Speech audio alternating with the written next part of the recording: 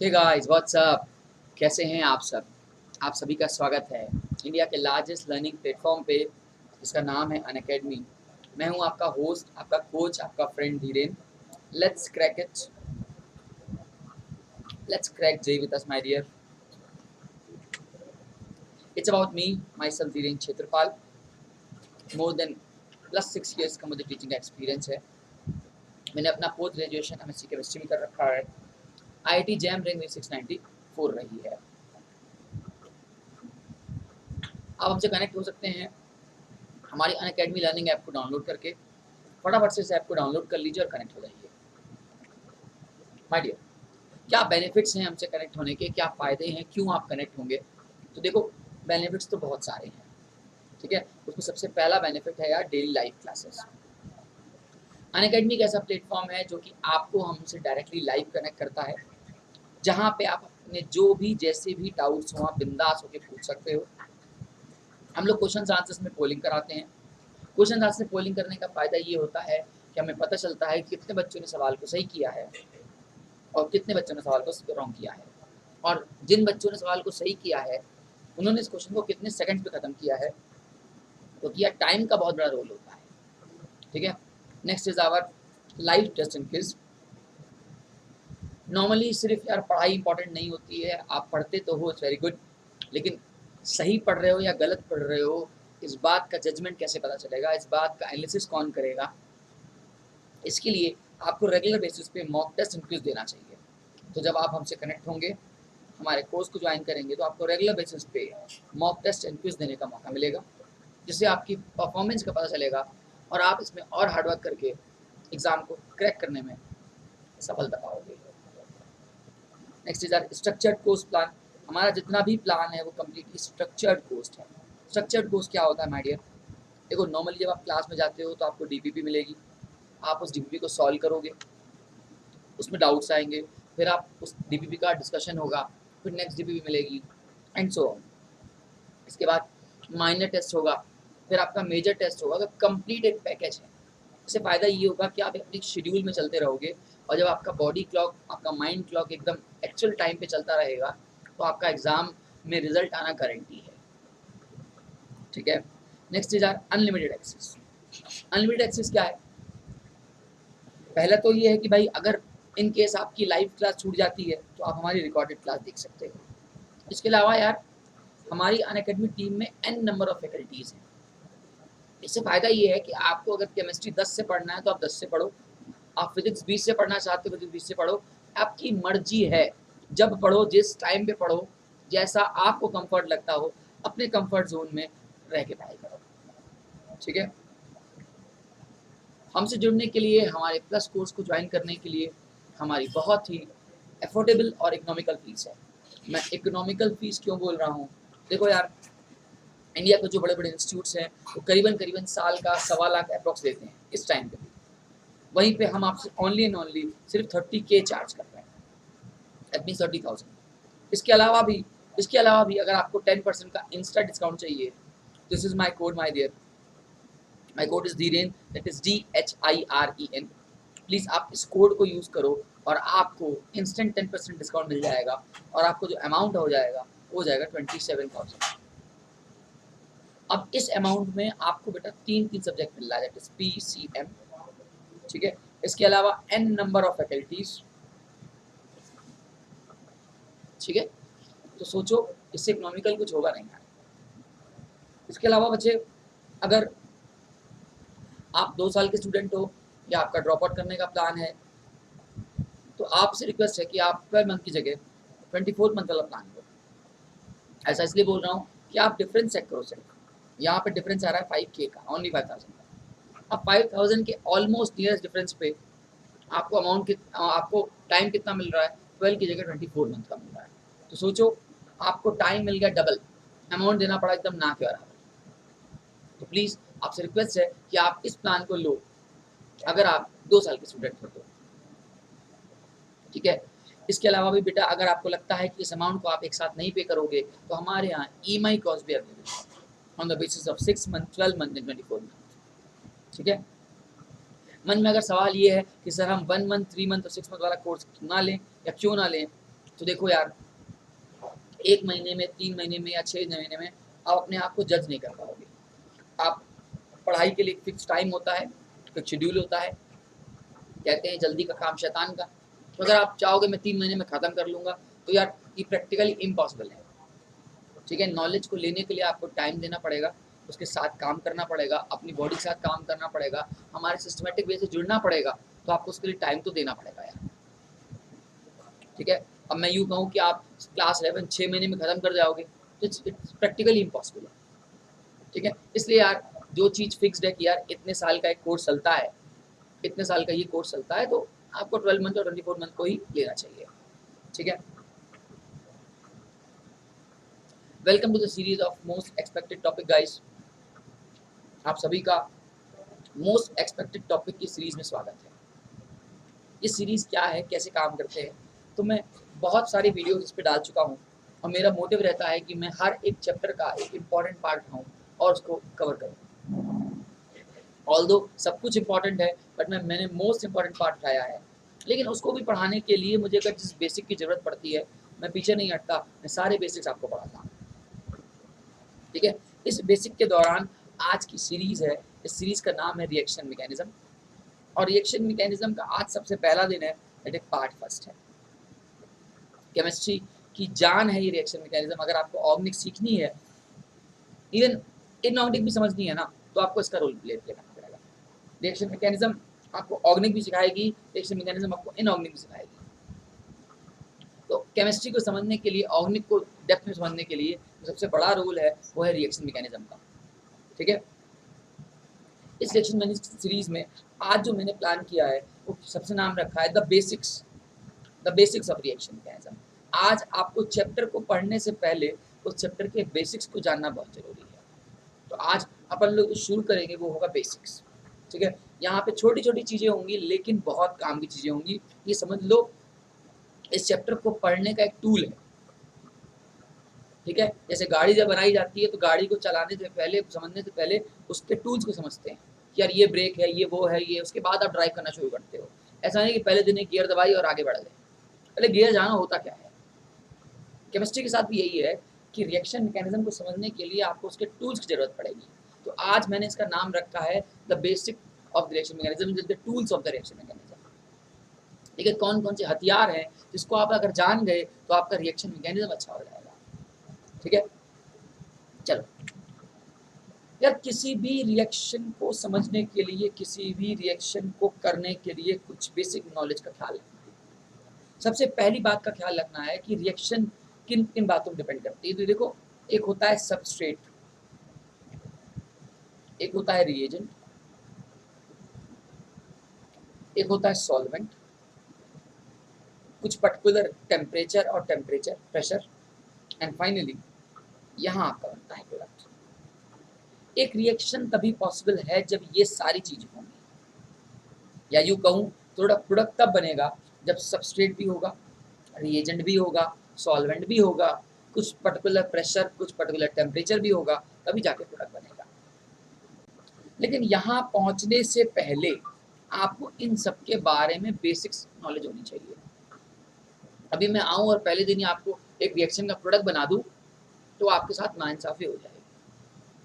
जब तक आपको ये नहीं पता होगा कि सबस्ट्रेट किसको बोलते हैं, रीजेंट किसको बोलते हैं, किसको हमारा सॉल्वेंट बोलते हैं, सॉल्वेंट का क्या रोल है, क्या रोल प्रेशर का है, क्या रोल टेम्परेचर का है, टेम्परेचर बढ़ाऊँ तो क्या होगा, प्रेशर कम करूँगा तो क्या होगा, फलाना ढिमकाना, बहुत सारी बातें करने वाले हैं इसमें। ठीक है, दिल थाम के बैठ जाइए और एक नोटबुक पेन लेके जरूर बैठिएगा, क्योंकि सिर्फ सुनने से फ़ायदा नहीं है। आराम से समझिएगा, इसको फील लीजिएगा कि मैं आपसे क्या करवाना चाह रहा हूँ। ठीक है, छोटी छोटी चीज़ शुरुआत करते हैं। सबसे पहले जो आज शुरुआत होगी वो हमारी होगी रिएजेंट से। ठीक है, इन रिएजेंट और सबस्ट्रेट दोनों को समझने से पहले मैं आपको एक बेसिक्स नॉलेज दे दूं। रिएक्शन तभी पॉसिबल है जब आप सबस्ट्रेट और रिएजेंट को मिक्स करते हो। जब भी बेटा आप सबस्ट्रेट और रिएजेंट को मिक्स करते हो, तो मिक्स करने के लिए इनके बीच में एक इलेक्ट्रोस्टैटिक फोर्स ऑफ अट्रैक्शन होना चाहिए। क्या होना चाहिए? एक इलेक्ट्रोस्टैटिक फोर्स ऑफ अट्रैक्शन होना चाहिए। भाई दो चीज़ तभी पास आएंगी जब इनके बीच में फोर्स ऑफ अट्रैक्शन होगा। जब तक फोर्स ऑफ अट्रैक्शन नहीं होगा तब तक रिएक्शन प्रॉक्सिमिटी में नहीं आएगी। या यूं कहूं, electrostatic force of reaction molecules को पास पास लाता है। अब इसके बाद जो सॉल्वेंट है वो रिएक्शन को होमोजेनाइज करता है। क्या करता है सॉल्वेंट, तो पूछे तो होमोजेनाइज करता है।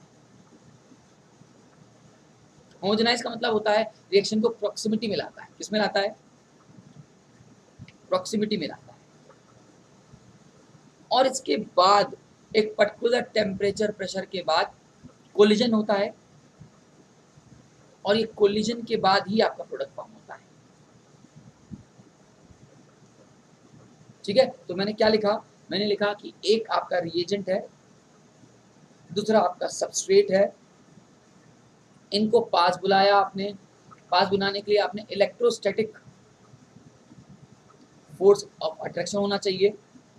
ये अट्रैक्शन होगा तो सॉल्वेंट की हेल्प से, सॉल्वेंट की हेल्प से रिएक्शन प्रॉक्सिमिटी में आएगा। प्रॉक्सिमिटी में आएगा तो इफेक्टिव कोलिजन होगा,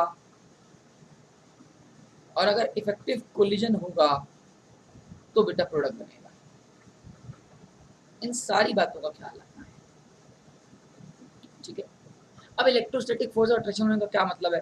देखो यार, अगर एक जगह बहुत हाई इलेक्ट्रॉन डेंसिटी है और मैं तुमसे पूछूं कि पॉजिटिव चार्ज को लाओगे या नेगेटिव चार्ज को लाओगे, यहाँ पे मैंने कहा कि एक सब्सटेंस ए है, इसकी इलेक्ट्रॉन डेंसिटी बहुत हाई है, हाई डेंसिटी है, इलेक्ट्रॉन डेंसिटी बहुत हाई है। अब आपके पास एक है पॉजिटिव चार्ज, एक है नेगेटिव चार्ज, किसको लाओगे, तो बट ऑब्वियस है अट्रैक्शन कराना है। अट्रैक्शन दो अपोजिट चार्जेस के बीच में होता है। तो अगर यहाँ इलेक्ट्रॉन भर भर के हैं, यहाँ इलेक्ट्रॉन भर भर के हैं बेटा, तो बट ऑब्वियस है आप पॉजिटिव चार्ज को लाओगे, क्योंकि अगर आप नेगेटिव को लाओगे तो वहाँ पे क्या हो जाएगा, रिपल्जन हो जाएगा। और रिपल्जन हो गया तो रिएक्शन प्रॉक्सिमिटी में नहीं आएगा, कोलिजन नहीं होगा, कोलिजन नहीं होगा तो प्रोडक्ट नहीं बनेगा। तो आई होप ये बात समझ में आ रही होगी कि रिएक्शन को करने के लिए रिएजेंट और सबस्ट्रेट को आपस में प्रॉक्सिमिटी में लाने के लिए उनके बीच में क्या होना चाहिए, फोर्स ऑफ अट्रैक्शन होना चाहिए। ठीक है, दूसरी बात नहीं, बहुत बड़ी बात, कि यार एक रिएक्शन के लिए कौन रिस्पॉन्सिबल है, सबस्ट्रेट या रिएजेंट। रिएक्शन के लिए कौन रिस्पॉन्सिबल है, याद रखना, सबस्ट्रेट इज रिस्पॉन्सिबल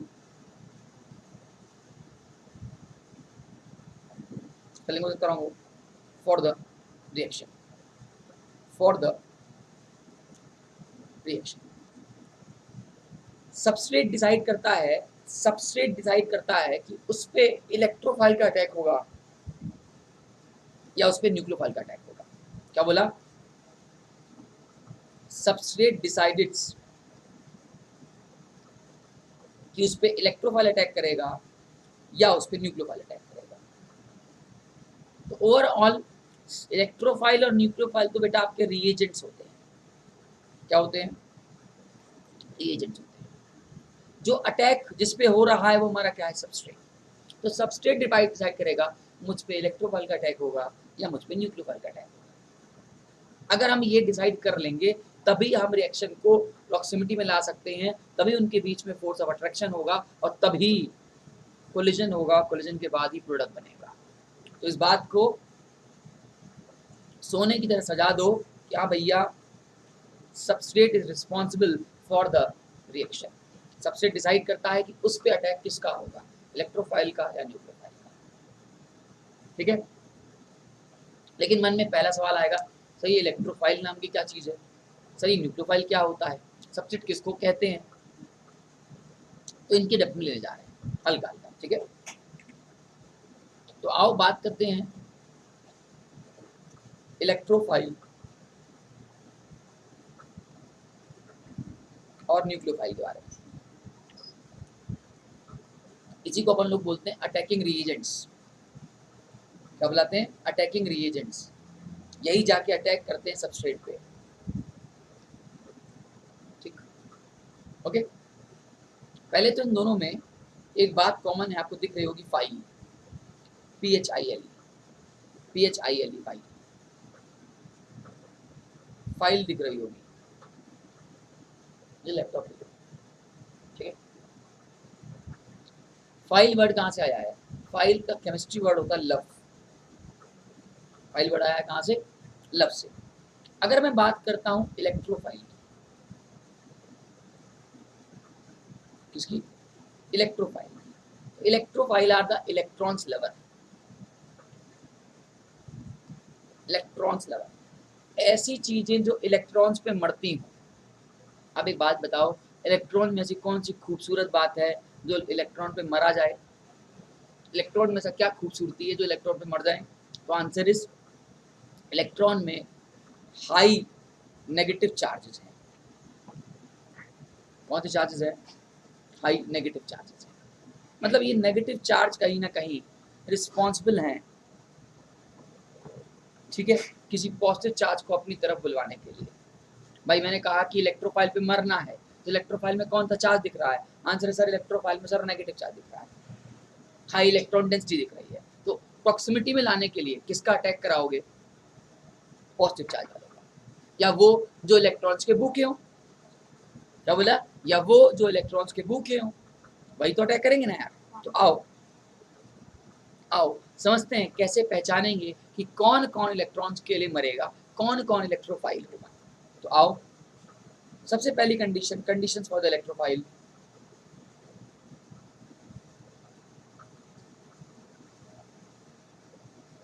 कि पहली कंडीशन है कि all the positive charge species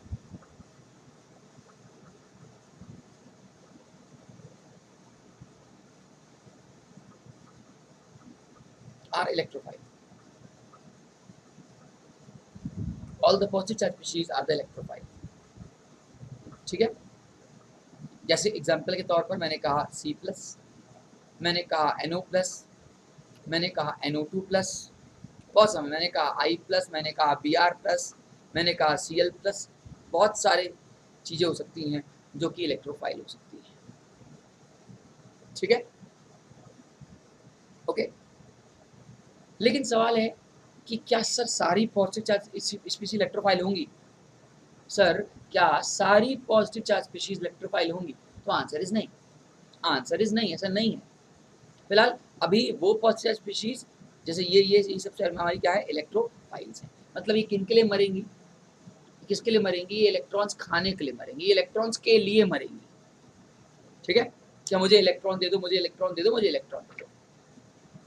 लेकिन अगर मैं एक एग्जाम्पल लेता हूँ, जैसे मैंने एग्जाम्पल लिया NH4+ का, इसका एग्जाम्पल लिया NH4+ का एग्जाम्पल लिया, मैंने एग्जाम्पल लिया NH4+ का। तो NH4+ आप बताओ इलेक्ट्रोफाइल है या नहीं? तो आप बोलोगे सर देखो ऐसा है सर, नाइट्रोजन के आउटर मोस्ट पे 5 होते हैं, 5 4 9, एक पॉजिटिव चार्ज से आगे 8 इलेक्ट्रॉन। सर इसका ऑक्टेट जो है कंप्लीट है, ऑक्टेट जो है कंप्लीट है। हमने कहा ठीक है। तो बेटा जब ऑक्टेट कंप्लीट होगा तो क्या इस पे कोई अटैक कर पाएगा? क्या कोई इस पे अटैक करेगा? आंसर इज नहीं। ना ये कहीं अटैक करने जाएगा, ना जरूरत है, ना कम।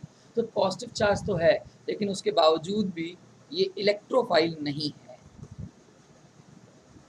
सेम एज अगर मैंने कहा जरा H3O+ के बारे में क्या ख्याल है? इसके बारे में क्या ख्याल है?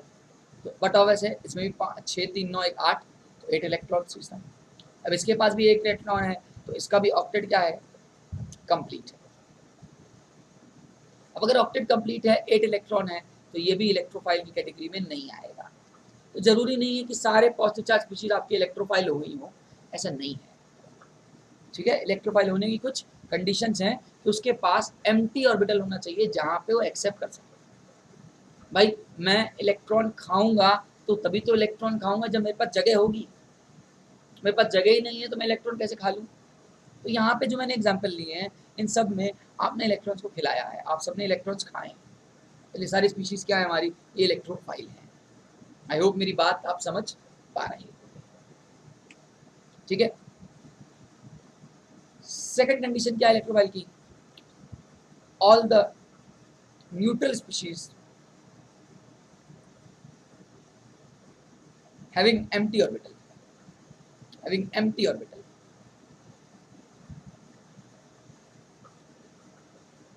अब वो MTP भी हो सकता है और MTD भी हो सकता है। ठीक है, MTP बोलो चाहे MT, डी बोलो, all the neutral species having empty orbitals are considered to be in the part of electrophile. जैसे एग्जांपल के तौर पर मैंने लिया BH3 का। अब BH3 की बात करें, बोरॉन के आउटरमोस्ट में कितने इलेक्ट्रॉन्स यार? बोरॉन के आउटरमोस्ट में कितने इलेक्ट्रॉन्स? तो 3। 3 बाहर से आए तो कितने हो गए? 6 इलेक्ट्रॉन। ऑक्टेट के लिए कितना चाहिए आपको? 8। आपको ऑक्टेट के चाहिए 8, आपके पास है 6, तो आप किस कैटेगरी में आओगे? आपको जरूरत है इलेक्ट्रॉन्स की, आप भूखे हो इलेक्ट्रॉन्स के, इसलिए आप किस कैटेगरी में आ जाओगे? आप इलेक्ट्रोफाइल की कैटेगरी में आ जाओगे।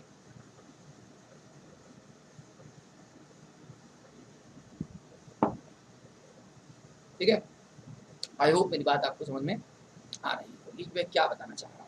इसके अलावा अगर मैं PCl5 से पूछूं, कमेंट करना, PCl5 को इलेक्ट्रोफाइल रखना चाहिए या नहीं रखना चाहिए? तो उसके पास देखो एम्प्टी ऑर्बिटल है, एम्प्टी ऑर्बिटल है,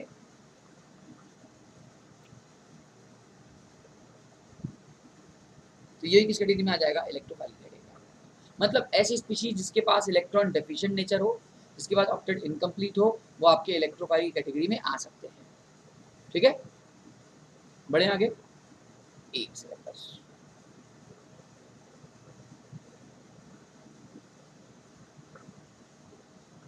चलो ठीक है, चलो बढ़ते हैं।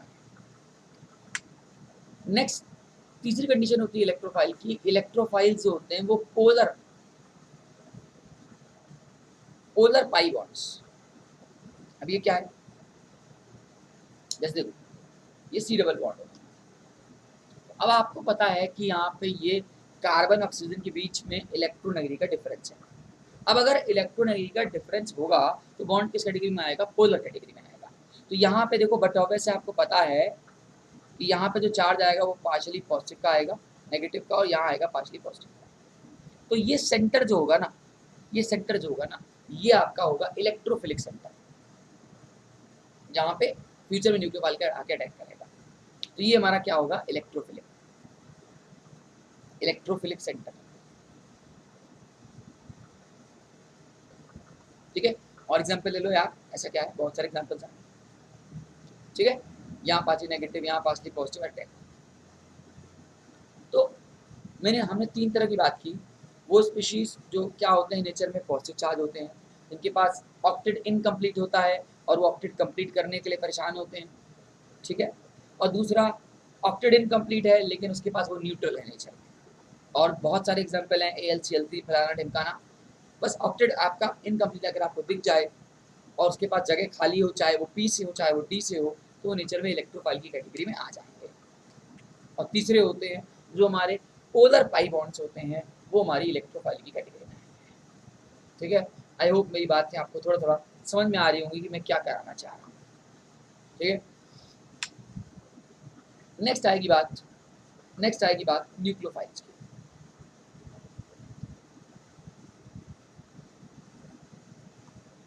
न्यूक्लियोफाइल, अगेन फाइल का मतलब क्या होता है? लव। अब न्यूक्लियोफाइल मतलब क्या? न्यूक्लियस को लव करने वाले, न्यूक्लियस लवर। अब अच्छा, न्यूक्लियस में से क्या ब्यूटी है जिसे उससे लव कर लिया जाए? तो आपको पता है कि सर न्यूक्लियस में कौन सा चार्ज होता है? पॉजिटिव चार्ज होता है। मतलब ऐसी स्पीशीज जो पॉजिटिव चार्ज के लिए मरती हो वो हमारी क्या हो जाएंगी? न्यूक्लियोफाइल हो जाएंगी। जैसे जैसे पहला, all the negative charge species,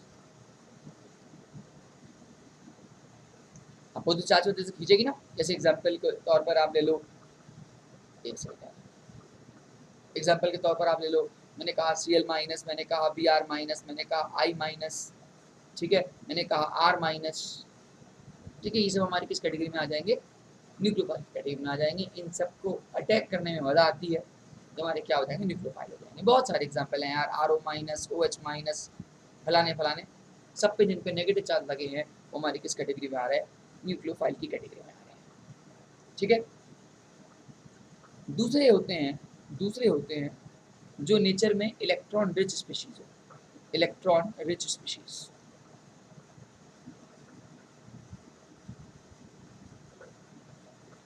भाई अगर कोई स्पीशीज इलेक्ट्रॉन रिच है तो वो डोनेट करना पसंद करेगी, वो भी पॉजिटिव की तरफ जाना पसंद करेगी। तो जो स्पीशीज डोनेट करने की टेंडेंसी रखती है वो भी हमारी क्या होती है, न्यूक्लियोफाइल होती है। जैसे एग्जाम्पल के तौर पर अमोनिया, यहाँ पे देखो लोन पेयर है, इलेक्ट्रॉन रिच क्यों बोला मैंने, क्योंकि इसके पास एक्स्ट्रा इलेक्ट्रॉन्स है नॉर्मल से। जब आपके पास नॉर्मल एक्स्ट्रा इलेक्ट्रॉन्स होंगे तो आप किस कैटेगरी में आ जाओगे, न्यूक्लियोफाइल की कैटेगरी में आ जाओगे। ठीक है, ओके। जो भी लोन पेयर स्पीशीज हैं, ये हो गया, पानी हो गया, थायोल हो गया, अल्कोहल हो गया,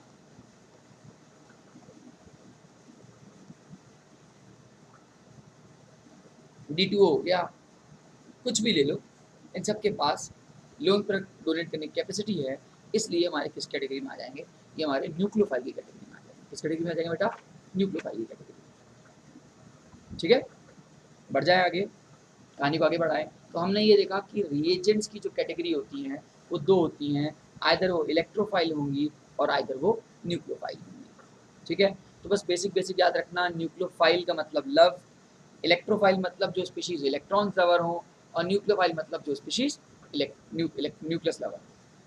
ठीक है, बढ़ जाएं आगे, मेरी बात समझ में आ रही है, आई होप आप समझ पा रहे हो मैं क्या करना चाह रहा हूँ। नेक्स्ट जो चीज़ आएगी, जो हमने बात की पहले कि रिएक्शन को प्रॉक्सिमिटी में लाने के लिए अभी तक हमने सबसे पहले क्या पढ़ लिया, हमने रिएजेंट्स पढ़ लिया। अब मैं आपको पढ़ाने जा रहा हूँ सबस्ट्रेट क्या होते हैं। ठीक है,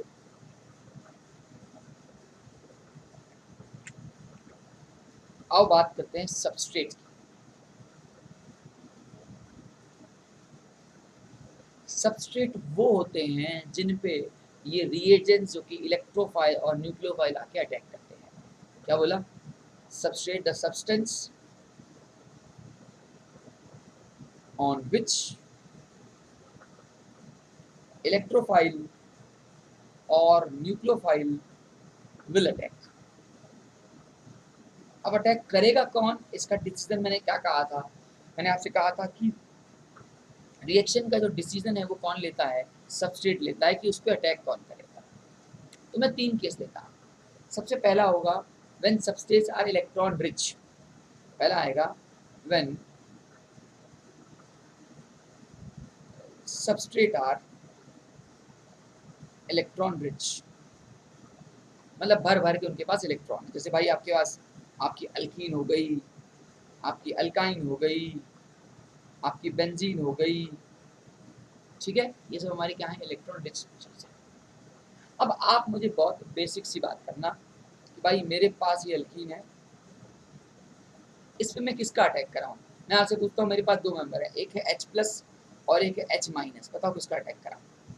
अगर मैं चाहता हूँ कि फोर्स ऑफ अट्रैक्शन हो जाए between the substrate and the reagent, तो तुम लॉजिक सोचो। अभी हमने बात की यार इसकी इलेक्ट्रॉन डेंसिटी हाई है, तो हाई इलेक्ट्रॉन डेंसिटी में मॉलिक्यूल प्रॉक्सिमिटी में आए, स्ट्रॉन्ग फोर्स ऑफ अट्रैक्शन हो, तो कौन अटैक करे, दैट इज H+। भाई H- अटैक करके क्या कर लेगा, अटैक कर पाएगा क्या, H- में तो क्या हो जाएगा, रिपल्जन हो जाएगा। अब जैसे होता क्या है ना, होता क्या है मैं बता रहा हूँ, बच्चों को बोलता हूँ बेटा इसको HX से रिएक्ट कराओ। अब बच्चे क्या है समझ नहीं पाते, मैं पूछता हूँ बेटा बताओ अगर तुम्हें अटैक करने का मौका मिले कि पहले H+ जाएगा कि पहले H+ जाएगा, X- जाएगा, तो आधे लोग कंफ्यूज। उनको तो ये पढ़ाया है ना सर ने, उनको तो पढ़ाया है सर नेगेटिव आया पॉजिटिव आया बॉन्ड तोड़ा और आपका काम खत्म। मैंने तो ये पूछा ही नहीं था, मैंने आपसे पूछा कि इनमें से सबसे पहला अटैक किसका हो, फर्स्ट अटैक कौन करेगा, H+ या X-। फर्स्ट अटैक किसका होगा, बाद में नेक्स्ट स्टेप देखेंगे। तो अब देखो, अब तुम्हें आने लग जाएगा, तुम्हें पता है सर कि सर ये हमारा सबस्ट्रेट कहलाता है, इसको अपन लोग रिएजेंट्स बुलाते हैं।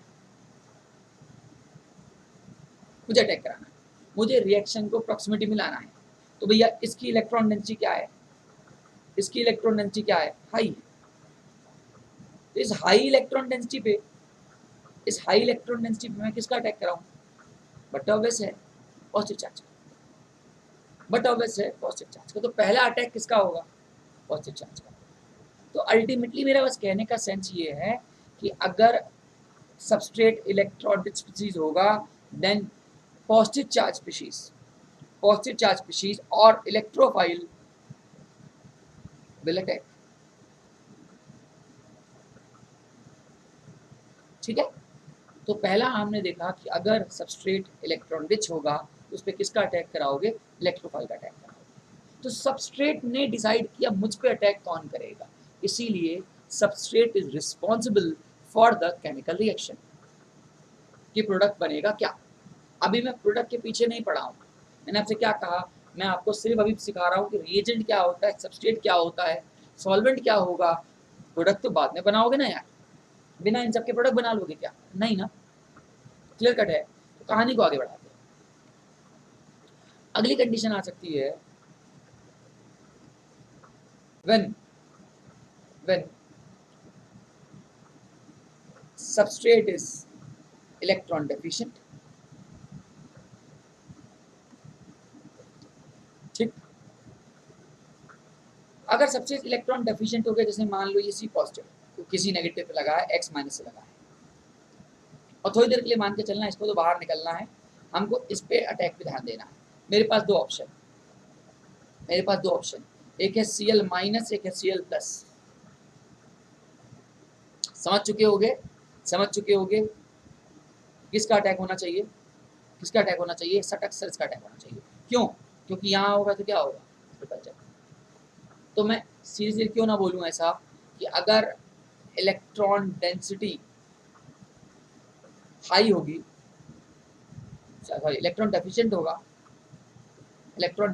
होगा सबस्ट्रेट, देन इस पे ऑलवेज न्यूक्लियोफाइल विल अटैक।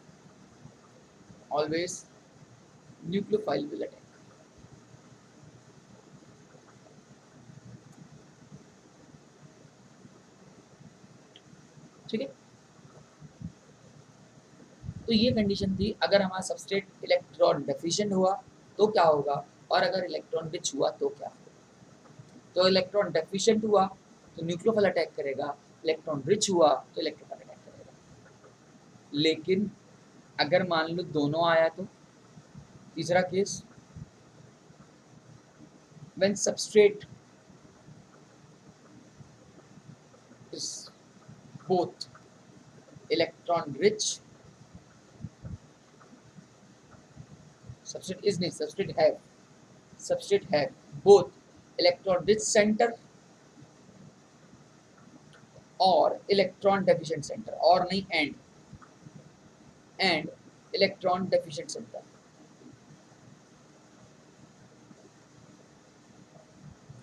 दोनों सेंटर है इसके पास, इलेक्ट्रॉन रिच सेंटर भी है और इलेक्ट्रॉन डेफिशिएंट सेंटर भी। जैसे एग्जांपल के तौर पर C डबल बॉन्ड हो,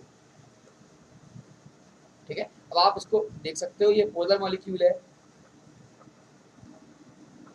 ऐसे, तो इसमें दो सेंटर हैं, इसमें आपको दोनों सेंटर नजर आ रहे हैं, एक ये इलेक्ट्रॉन रिच सेंटर नजर आ रहा है और ये इलेक्ट्रॉन डेफिशिएंट सेंटर नजर आ रहा है। अब सवाल होता है कि किसका अटैक कराऊं, इलेक्ट्रोफाइल का अटैक कराऊं या न्यूक्लियोफाइल का अटैक कराऊं। एक सेकंड, इलेक्ट्रोफाइल का अटैक कराऊं या न्यूक्लियोफाइल का अटैक कराऊं, किसका अटैक कराऊं।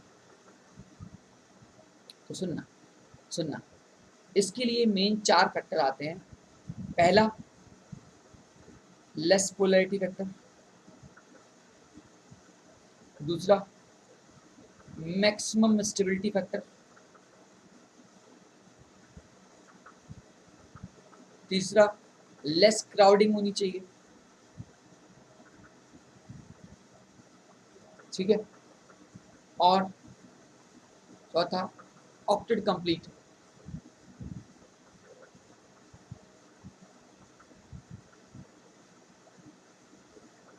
ठीक है, मैं एक काम करता हूँ कि एग्जाम्पल लेता हूँ और इसको समझते हैं इसी बात को कि अगर दोनों हो गया तो मुझे किसका अटैक कराना चाहिए। ठीक है, हाँ, मान लो मेरे पास ये C डबल बॉन्ड हो है और मैं पहले केस में इस पे इलेक्ट्रोफाइल का अटैक करा रहा हूँ, तो मैं इस बॉन्ड को यूं बैठ के, तो कंडीशन कुछ ऐसी आई, सॉरी बवाल हो जाएगा, आदत से है ना, ये CO यहाँ आ गया E, ये ऐसे और यहाँ आ गया पॉजिटिव चार्ज। अब अगर मैं मान लो मैं न्यूक्लियोफाइल का अटैक करा रहा हूँ, मान लेते हैं मैं Y माइनस के फॉर्म में न्यूक्लियोफाइल ले रहा हूँ, तो ये इस पे अटैक, ये इस पे अटैक, यहाँ O, यहाँ O और यहाँ आता है। अब तुम बताओ ज़्यादा स्टेबल कौन है? लॉजिक सोचना, इसको मान लेते हैं A और इसको मान लेते हैं B, ज़्यादा स्टेबल कौन? तो देखो किसका ऑक्टेट कंप्लीट है, और हाईली इलेक्ट्रोनेगेटिव पे देखो, यहाँ पे देखो बी वाले पे देखो, ध्यान देना बी वाले पे, एक तो बी वाले का ऑक्टेट कंप्लीट है, जबकि इसका क्या है, ऑक्टेट इनकम्प्लीट है। तो एक का ऑक्टेट कंप्लीट है, एक का ऑक्टेट इनकम्प्लीट है, तुम बताओ ज़्यादा स्टेबल कौन? ज़्यादा स्टेबल कौन? तो बट ऑब्वियस है बी वाला ज़्यादा स्टेबल है ए वाले से। तो यहाँ पे आपको डिसाइड करना पड़ा कि सर नहीं, मुझे पहले जो है मुझे न्यूक्लियोफाइल का अटैक कराना चाहिए, इसका मतलब ये सही तरीका नहीं है। तो ये डिसीजन तुमको लेना है, किस पे अटैक होना है, किस पे अटैक नहीं होना है, अगर दोनों है तो। ठीक है, तो ओवरऑल जब भी हम अटैक करते हैं, अगर दोनों होते हैं तो आपके डिसीजन मेकिंग होती है कि किसका अटैक पहले कराया जाए। अगर आपने ये अटैक कराना सीख गए तो रिएक्शन मैकेनिज्म बहुत ईजिली ख़त्म हो जाएगी और उसको फील ले पाओगे, मेरा प्रॉमिस है। ठीक है, अगर आपको ये सब चीज़ें बहुत अच्छी लग रही हो, आपको सीखने में मज़ा आ रहा हो, तो प्लीज़ हमारे प्लस कोड को ज्वाइन करिए, और मेरा ये कोड जरूर याद रखिए, धीरेन, दैट इज़ DHIREN। ठीक है, इसी से आपको 10% इंस्टा डिस्काउंट मिलेगा। आई होप आप इस सब चीज़ों को एंजॉय कर रहे हो। इतनी बेसिक सी नॉलेज है लेकिन देता कोई नहीं है। ठीक है, अब हमने क्या देखा, सबस्ट्रेट पे देख लिया, हमने रीएजेंट देख लिया, अब हमको क्या देखना चाहिए, अब हम सॉल्वेंट के बारे में जानेंगे कि सॉल्वेंट क्या होता है और कैसे काम करता है। ठीक है ना भाई, देख लो भाई, स्टार्टिंग देख लो। हमने देखा हमने देखा कि सबस्ट्रेट क्या होता है, हमारा काम खत्म। हमने देख लिया रिएजेंट क्या होता है, हमने ये देख लिया कि ये रिएजेंट किस सबस्ट्रेट पे कब अटैक करेगा, हमने ये देखा कि रिएक्शन के लिए कौन रिस्पॉन्सिबल है। ठीक, अब हम अगली बात करने वाले हैं सॉल्वेंट की, फिर हम बात करेंगे प्रेशर और टेम्परेचर की, फिर पहुंचेंगे प्रोडक्ट पे। ऐसे नहीं, आराम से करेंगे, एकदम बिंदास हो। ठीक है, चलो, तो अब आएगी बात सॉल्वेंट की।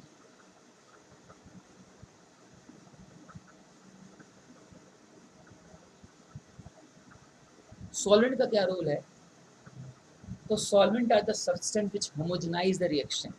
ये जो हम लोग अंग्रेजी भाषा में बोलते हैं रिएक्शन को प्रॉक्सिमिटी में लाओ, तो उसमें रिएक्शन को लाने में जो मदद करता है वो कौन होता है, सॉल्वेंट होता है। मेरी समझ से केमिस्ट्री में ऐसी कोई रिएक्शन नहीं है जो बिना सॉल्वेंट के ना पड़ती हो। वो बात अलग है कि आप इसको नज़रअंदाज कर देते होगे, लेकिन ऐसा नहीं है केमिस्ट्री में, सॉल्वेंट के बिना रिएक्शन नहीं होती। सॉल्वेंट का बहुत बड़ा रोल होता है। इवन कभी कभी तो सॉल्वेंट ये जो रिएजेंट देख रहे हो उनकी बैंड बजा देता है और वो रिएक्टिव हो जाता है। आएंगे, देखेंगे, सीखेंगे क्या चाह रहा हूँ मैं आपसे, क्या मैं बकवास कर रहा हूँ। तो पहले तो solvent, the substance which homogenize the reaction.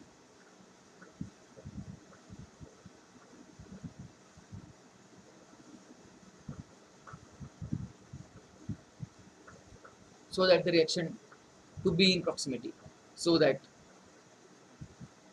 the reaction to be in proximity। अब ये तो अंग्रेज भाषा थी, हमने समझी, लेकिन डेप्थ में जाते हैं क्या बोलना चाह रहा है। तो यार सॉल्वेंट असल में दो तरह के होते हैं, सॉल्वेंट असल में दो तरह के होते हैं। एक होते हैं पोलर सॉल्वेंट,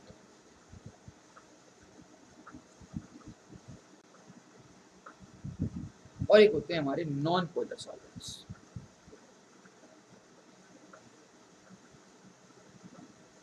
ठीक है, पोलर की भी दो कैटेगरी होती है, एक पोलर प्रोटिक और दूसरा होता है पोलर एप्रोटिक।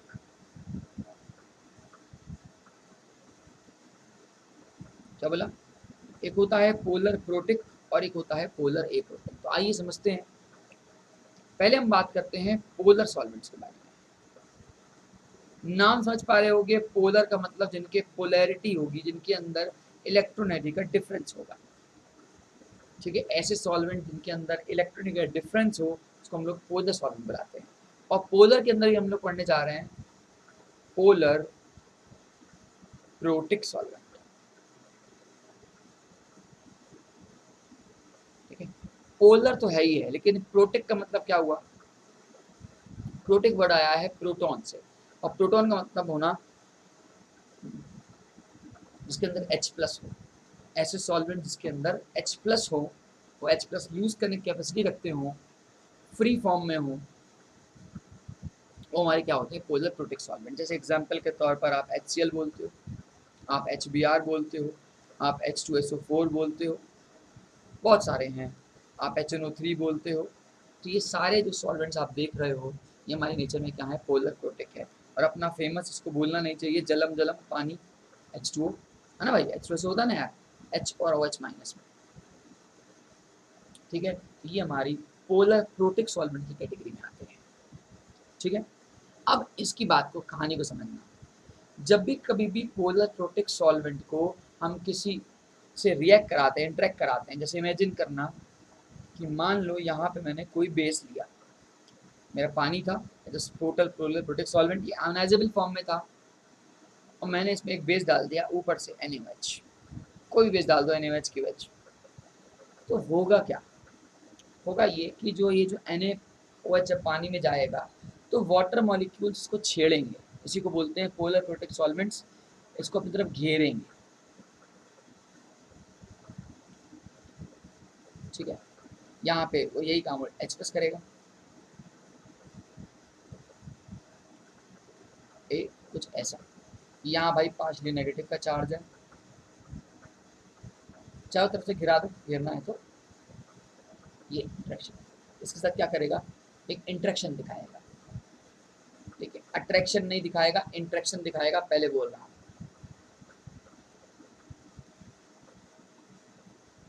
ठीक है, यहाँ पार्शियली पॉजिटिव, ये पार्शियली पॉजिटिव,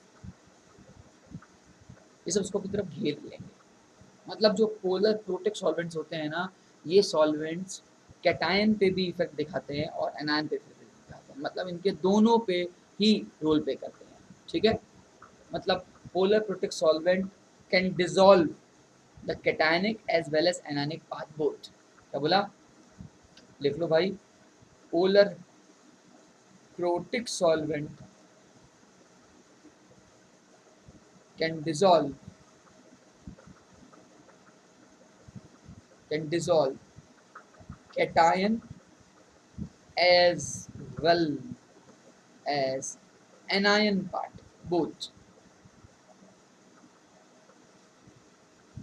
किसका किसका? रिएजेंट का। रिएजेंट के एनायनिक पार्ट और कैटायनिक पार्ट दोनों के मजे लेगा। जैसे तुमने रिएजेंट के तौर पर तुमने डाला NaOH, अब अगर तुमने वहाँ एक्वस NaOH कर दिया तो उसके साथ परेशानी होगी। जैसे एग्जाम्पल के तौर पर तुम और अच्छे से समझो, मैंने कहा कि मैंने HBr से अटैक कराना चाह रहा हूँ, मैं HBr का एज अटैक कराना चाह रहा हूँ किसी पे, लेकिन ये HBr क्या है? ये पानी के अंदर है। मेरी बात को समझना ध्यान से। मैंने आपसे कहा कि मेरे पास ये HBr लिखा है और मैंने यहाँ लिख दिया वाटर।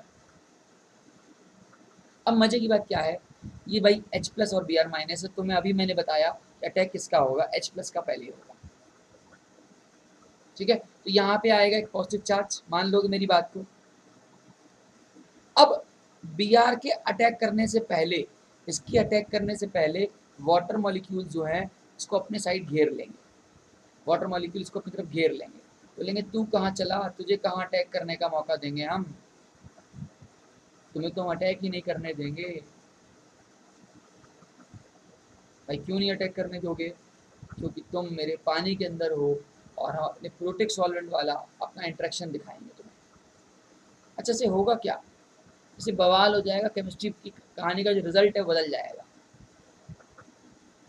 तुम अभी बस ये समझो थोड़ी थोड़ी भाषा में कि वाटर मॉलिक्यूल्स एनानिक पार्ट को पकड़ लेंगे, इसके पकड़ने की वजह से ये एनायनिक पार्ट घिर जाएगा और ये अटैक नहीं कर पाएगा। या यूं कहूँ एक टर्म होता है आयनिक मोबिलिटी। क्या होता है? आयनिक मोबिलिटी। कितना एक आयन वाटर मॉलिक्यूल्स में फ्रीली घूमता है उसकी आयनिक मोबिलिटी होती है। और या यूं कहूँ कि जब कभी भी एनायन या कैटायन वाटर मॉलिक्यूल के साथ इंटरेक्ट करते हैं तो उसको बोलते हैं हाइड्रेशन या सॉल्वेशन। तो ड्यू टू सॉल्वेशन ये जो Br माइनस है ये घिर जाएगा इन वाटर मॉलिक्यूल से, इस वजह से ये अटैक नहीं कर पाएगा। तो यहाँ पे ये जो सॉल्वेंट पड़ा है वो पोलर प्रोटिक सॉल्वेंट पड़ा है। फ्यूचर में रिएक्शन किस मैकेनिज्म से जाएगी, SN1, SN2, E1, E2, इसमें सॉल्वेंट का बहुत बहुत बहुत बड़ा रोल है। सॉल्वेंट से हम डिसाइड कर देते हैं कि हाँ यार ये रिएक्शन ऐसे डायरेक्शन में जाएगी या यह रिएक्शन ऐसे जाएगी। ठीक है, तो मेरी बात आप समझ में आ रही होगी कि जब भी कभी भी पोलर प्रोटिक लिखा होगा तो पोलर प्रोटिक में याद रखना रिएजेंट का कैटायनिक पार्ट और एनायनिक पार्ट दोनों डिसॉल्व हो जाएगा और वो दोनों पे इफेक्ट दिखाएगा, दोनों पे अपना इंटरेक्शन कहो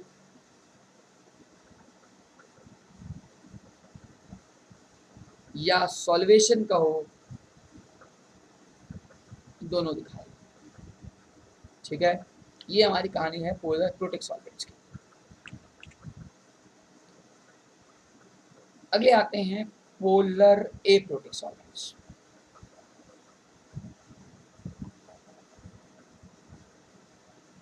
पोलर तो हैं, पोलर तो हैं मतलब इनके बीच में इलेक्ट्रोनेगेटिव का डिफरेंस तो है,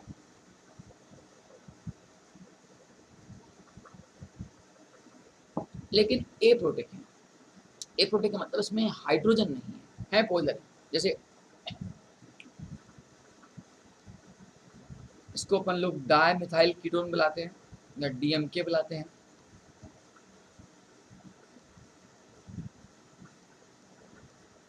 मैं इनकी बात करूं तो यहाँ पे भाई पार्शली नेगेटिव चार्ज और पार्शली पॉजिटिव चार्ज पोलर तो हैं, लेकिन यहाँ पे कहीं हाइड्रोजन फ्री नहीं है जो कि अट्रैक्ट करे।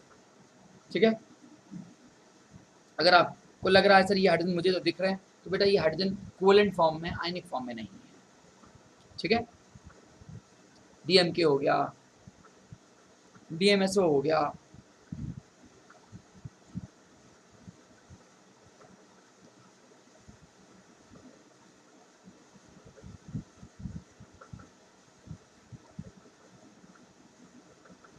डाइमिथाइल सल्फर ऑक्साइड हो गया। ठीक है, बहुत सारे हैं यार। C++ हो गया, S डबल बॉन्ड O हो गया। असल में ये है DMK तुम्हारा, DMSO।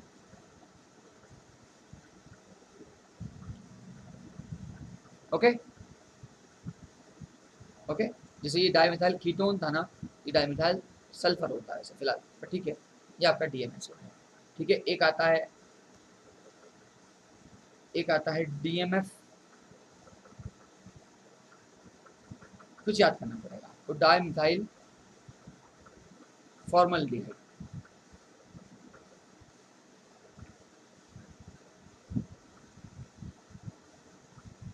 जैसे कि इसका ऐसे होता है, इसको बोलते हैं डाइमिथाइल, और फॉर्मल्डिहाइड तो आप जानते ही हो,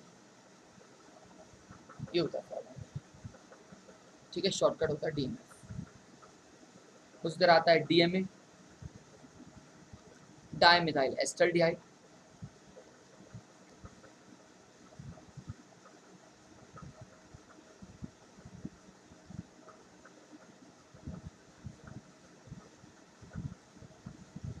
ये कुछ ऐसा होता है।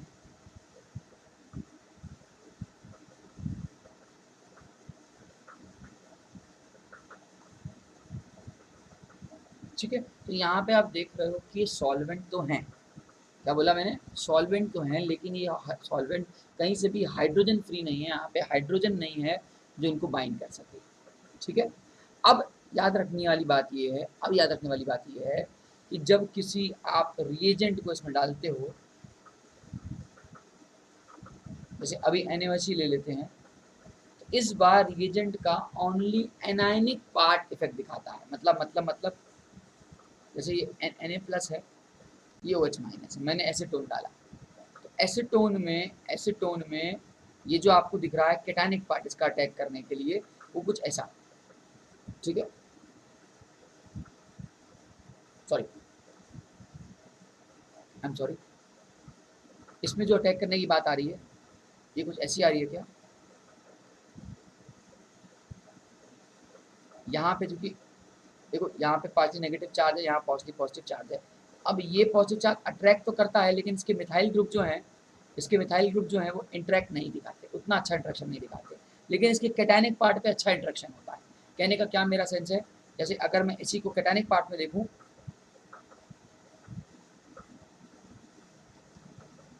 तो देखो ये मिथाइल मिथाइल थोड़े दूर दूर है, यहाँ पे इसका नेगेटिव चार्ज, यहाँ इसका पॉजिटिव चार्ज। तो असल में बस याद रखना कि जब कभी भी पोलर एप्रोटिक सॉल्वेंट होते हैं तो only and only cationic part आता है। क्या बोला मैंने, जब कभी भी रिएजेंट्स में आपके आते हैं in case of polar aprotic solvent, तो ओनली और ओनली सिर्फ कैटायनिक पार्ट पे इफेक्ट आता है, एनायनिक पार्ट पे इफेक्ट नहीं आता है। या यूँ कहूँ कि एनायनिक पार्ट को ये डिसॉल्व नहीं कर पाते हैं। तो लिख लो, polar aprotic solvents can dissolve only cationic part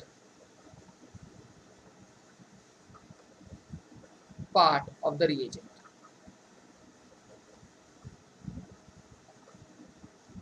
reagent के सिर्फ और सिर्फ कैटायनिक पार्ट पे असर दिखाता है। देख पा रहे ऐसा क्यों हो रहा है, क्योंकि देखो यहाँ आपको लग तो रहा है असर, लेकिन यहाँ मिथाइल ग्रुप की जो इलेक्ट्रॉन डेंसिटी है, जो क्राउडिंग है, इसको दूर फेंक रही है।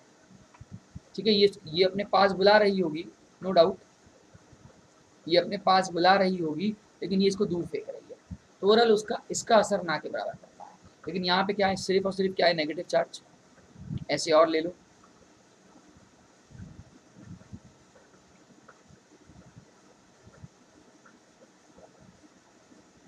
ठीक है। यहाँ पे सिर्फ आपको क्या दिख रहा है, यहाँ आपको दिख रहा है कि सिर्फ कैटायनिक पार्ट पे इफेक्ट दिखता है। तो याद रखना, जब हम लोग पोलर प्रोटिक सॉल्वेंट पे होते हैं, जब हम लोग पोलर प्रोटिक सॉल्वेंट पे होते हैं, तो दोनों पार्ट असर दिखाता है, एनानिक पे भी दिखाता है और कैटायनिक पार्ट पे भी दिखाता है। ठीक है, लेकिन अगर हम लोग पोलर एप्रोटिक सॉल्वेंट पे हैं, तो ओनली एंड ओनली आपके सिर्फ और सिर्फ कैटायनिक पार्ट पे असर आता है। ठीक है, तो हमने देखा कि सॉल्वेंट का क्या रोल था। ठीक है, अब नेक्स्ट आएगा, नेक्स्ट चीज आएगी, एक चीज सीख लो, उसको बुलाते हैं लीविंग ग्रुप।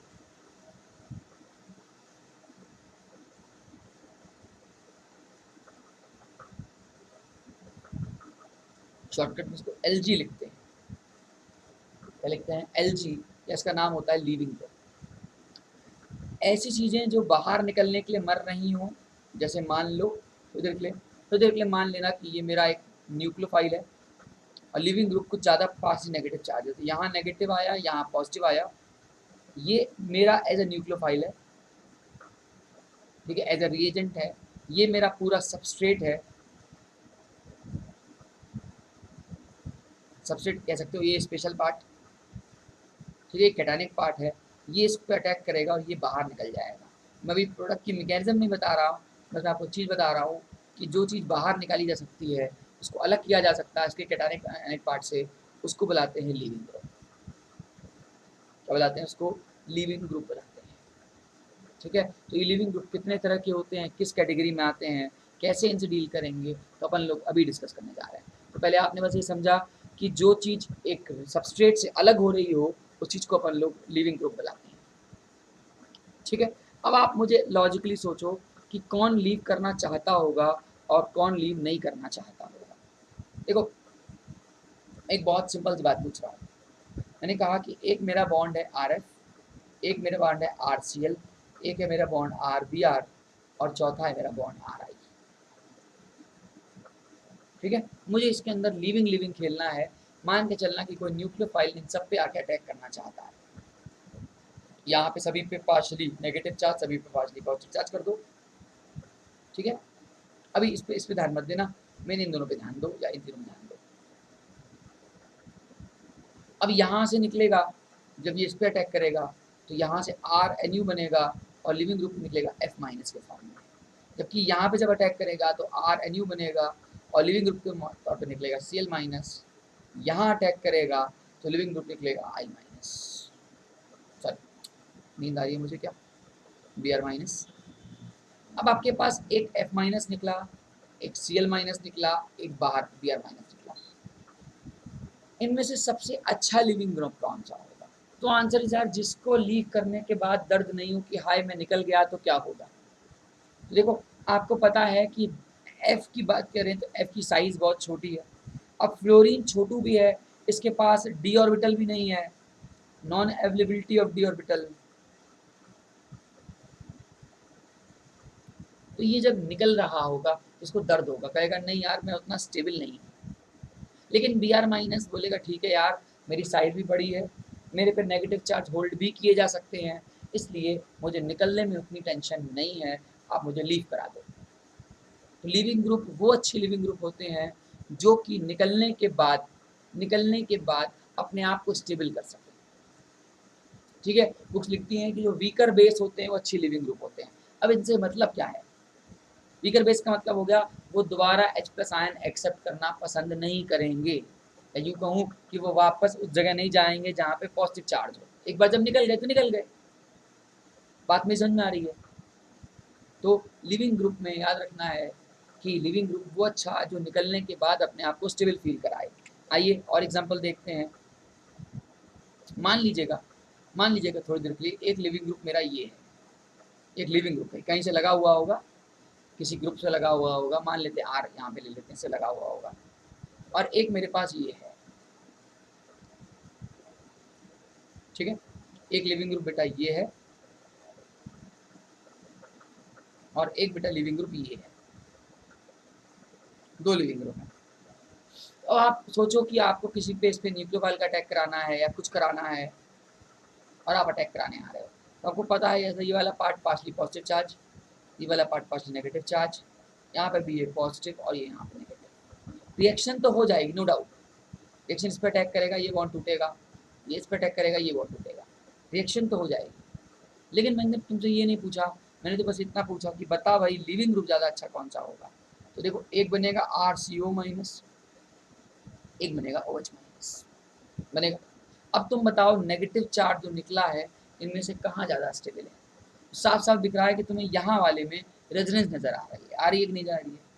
तो निकलने के बाद भी मैं स्टेबल, और पहले तो बॉन्ड के अंदर था तब भी स्टेबल। लेकिन यहाँ पे देखो OH निकल तो गया लेकिन निकलने के बाद उतना स्टेबल नहीं है एज कंपेरिजन, देखो एक कंपेरिजन वर्ड है, as comparison to RCO minus. तो answer is best leaving group कौन हो गया? ये। तो ओवरऑल हमने ये सीखा कि लिविंग ग्रुप वो अच्छे लिविंग ग्रुप होते हैं जो निकलने के बाद अपने आप को, अपने स्ट्रक्चर को स्टेबलाइज कर सकें, वही हमारे अच्छे लिविंग ग्रुप की कैटेगरी में आ जाएंगे। ठीक है, और लिविंग ग्रुप की बात कर लेते हैं, एक सेकेंड। ठीक है,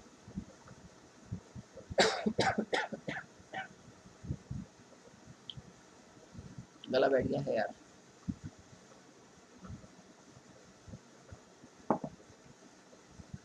अब देखो अगर मैंने कहा कि एक मेरा लिविंग ग्रुप ये है और एक मैंने कहा कि मेरा लिविंग ग्रुप ये है, एक मैंने कहा कि मेरा लिविंग ग्रुप ये है, तीनों ही लगे हैं लेकिन तीनों निकाले जा सकते हैं, कहीं ना कहीं लगे होंगे, हम उसको निकाल सकते हैं, कोई टेंशन नहीं, लगे रहे।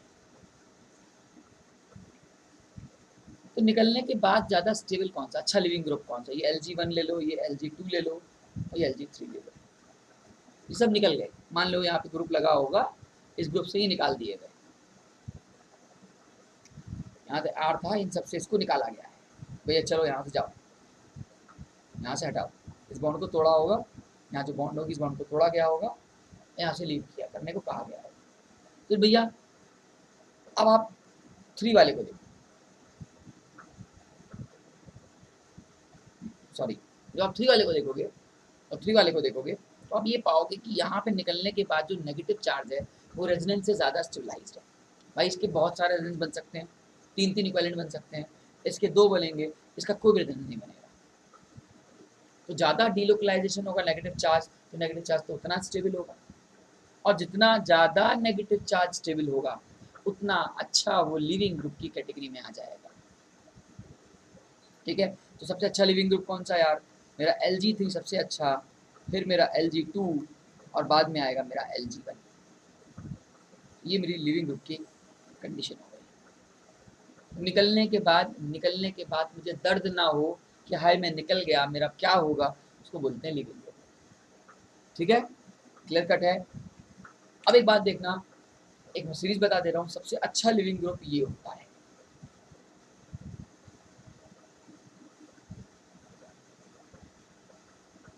ये किसी न किसी से लगे हैं इसीलिए नाम दे रहा हूँ। इसको टिफाइलेट बोलते हैं, ट्राइफिलेट बोलते हैं, ट्राइफिलेट।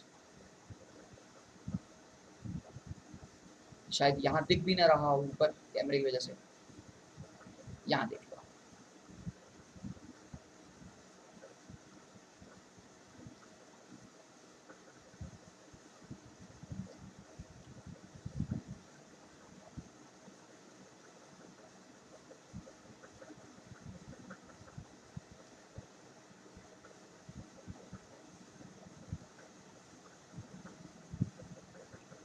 इसको नोसाइलेट बुलाते हैं,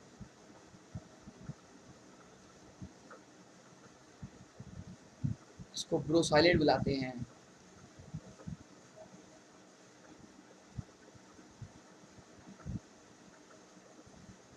इसको सिंपल साइलेट बुलाते हैं, बेसाइलेट नॉर्मल साइलेट है।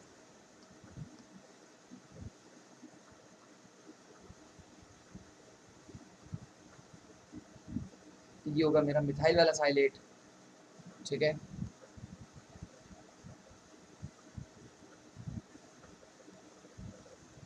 अगर मैं इस टर्म में बात करूं तो सबसे अच्छा लिविंग ग्रुप आपको दिख पा रहे होंगे कि ये वाला दिख रहा है। सबसे पुअर कौन सा दिख रहा है? ये वाला दिख रहा है। अब एक बात ऑब्जर्व करो कि ये तीनों अच्छे क्यों हैं, ऐसा क्या है इसमें अच्छे? देखो, नाइट्रोजन पे पॉजिटिव चार्ज अच्छी बात नहीं होती है। क्यों कहूँ? किसी हाईली इलेक्ट्रोनेगेटिव पे पॉजिटिव चार्ज, मैंने बताया है, चोर के घर में चोरी के बराबर है। वो चोर अगर चोरी कर रहा है और उसी के कोई इलेक्ट्रॉन चुरा ले तो बहुत बड़ी बेइज्जती है उस चोर की। तो नाइट्रोजन बहुत ज़्यादा हाईली इलेक्ट्रोनेगेटिव है। उस हाईली इलेक्ट्रोनेगेटिव पे आप पॉजिटिव चार्ज लगा रहे हो और उसको स्टेबलाइज कर रहे हो, तो वो तो स्टेबल होना चाहेगा। वो तो चाहेगा भैया जल्दी से जल्दी मेरा बॉन्ड टूटे, मेरा इस पॉजिटिव चार्ज से पाला कम पड़े तो खत्म हो जाए। भाई देखो, इमेजिन करना, यहाँ आर लगा दिया तो ये बात जैसे तोड़ोगे, यहाँ क्या आएगा? पार्शियल नेगेटिव, यहाँ आएगा पार्शियली पॉजिटिव। तो कौन मर रहा है कि मेरे पे पॉजिटिव अच्छी बात नहीं है? आंसर ये। यही हाल ऑक्सीजन पे भी है क्या? देखो, लेकिन अगर इसकी बात करते हो तो यहाँ पे एक तो देखो, यहाँ तीन तीन फ्लोरिंग लगी है, तगड़ा माइनस आई लगा रही होंगी, खींच रही होंगी, और यहाँ बेचारा इसको रेजोनेंस लगा हुआ है। तो मैंने हमेशा समझाया है कि हाईली इलेक्ट्रोनेगेटिव स्पीशीज पे नेगेटिव चार्ज ज़्यादा अच्छे हैं as compare to less electronegative species पे नेगेटिव चार्ज। लेकिन इन दोनों से अच्छा क्या है? न्यूट्रल होना। स्पीशीज एक कायनात में न्यूट्रल स्पीशीज सबसे ज़्यादा स्टेबल मानी जाती है एज कम्पेयर टू आयनिक के। अब देखो यार, ऑक्सीजन पे नेगेटिव चार्ज है और रेजोनेंस भी घुमा के अपना इलेक्ट्रॉन डेंसिटी कम कर रहा है, और यहाँ पे इंडक्टिव इफेक्ट भी उसको बोल रहे आओ मैं तुम्हें तुम्हारे इलेक्ट्रॉन्स ले लेती हूँ। तो ये जो ट्राइफिलेट है, ये बहुत तगड़ा लिविंग ग्रुप है। ठीक है, ये बहुत तगड़ा लिविंग ग्रुप है। तो ये है नोसाइलेट, ये भी अच्छा लिविंग ग्रुप है, क्योंकि यहाँ पे कौन सा ग्रुप लगा है? यहाँ पे लगा है माइनस आर इफेक्ट और माइनस आई इफेक्ट, दोनों लग रहा है। तो ये दोनों मिलकर इसको खींच रहे हैं, ऑक्सीजन की इलेक्ट्रॉन डेंसिटी घट रही है और लिविंग ग्रुप की डेंसिटी बढ़ रही है, स्टेबिलिटी बढ़ रही है ओवरऑल। ठीक है, तो मैं निकलने के बाद कितना स्टेबल हूँ, वही मेरी लिविंग ग्रुप की कहानी है। यहाँ पे मैंने और कुछ नहीं किया, मैंने इनको इनके स्टेबिलिटी के ऑर्डर में अरेंज किया है। मैंने इसको इनके स्टेबिलिटी के ऑर्डर में अरेंज किया है।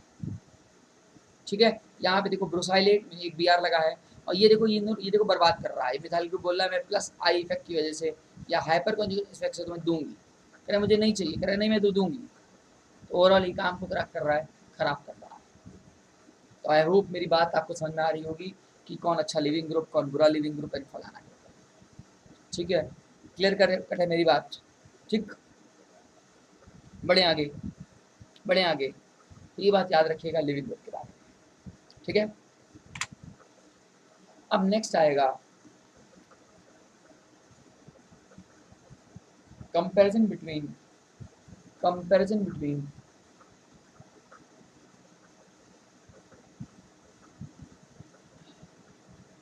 Comparison between nucleophile and base. देखो ऐसा होता है कि एक स्पीशीज कभी कभी आपको दिखाई देगा कि वो न्यूक्लियोफाइल पर भी काम करता है और वो बेस की तरह भी काम करता है। तो कैसे हम डिसाइड करेंगे कि तुम अच्छे न्यूक्लियोफाइल हो या अच्छे बेस हो? बहुत सारे फैक्टर्स हैं इस बात को डिसाइड करने के लिए कि कौन सी स्पीशीज इलेक्ट्रो न्यूक्लियोफाइल है और कौन सी स्पीशीज बेस है, कब वो अच्छी न्यूक्लियोफाइल है, कब वो बेस है। इन सब की बातें अपन लोग करने जा रहे हैं, ठीक है। तो सबसे पहला आता है, उसको बोलते हैं ग्रुप फैक्टर, या इसका एक नाम और भी है और वाइटल फैक्टर।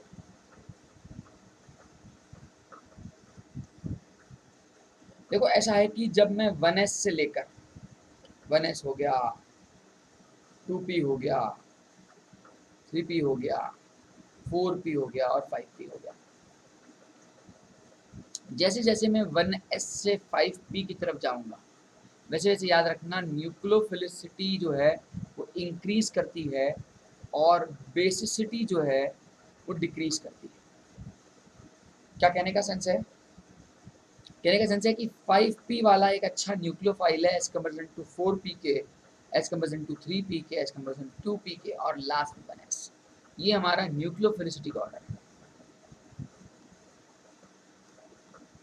और अगर y से उल्टा कर दें तो भैया 1s, फिर आपका 2p, फिर आपका 3p, ये आपका 4p और ये आपका 5p। तो यहाँ से जब यहाँ जाओगे तो 1s की तरफ जब जा रहे हो, 5p से 1s की तरफ जा रहे हो तो बेसिसिटी इंक्रीज कर रहे हो। मतलब 5p वाले की गारंटी है कि वो अच्छा न्यूक्लियोफाइल होगा और 1s वाले की कहाँ चांसेस है कि अच्छा वो बेस हो। आओ एग्जांपल देखते हैं। मैं थोड़ा सा नीचे बना ले रहा हूँ यार।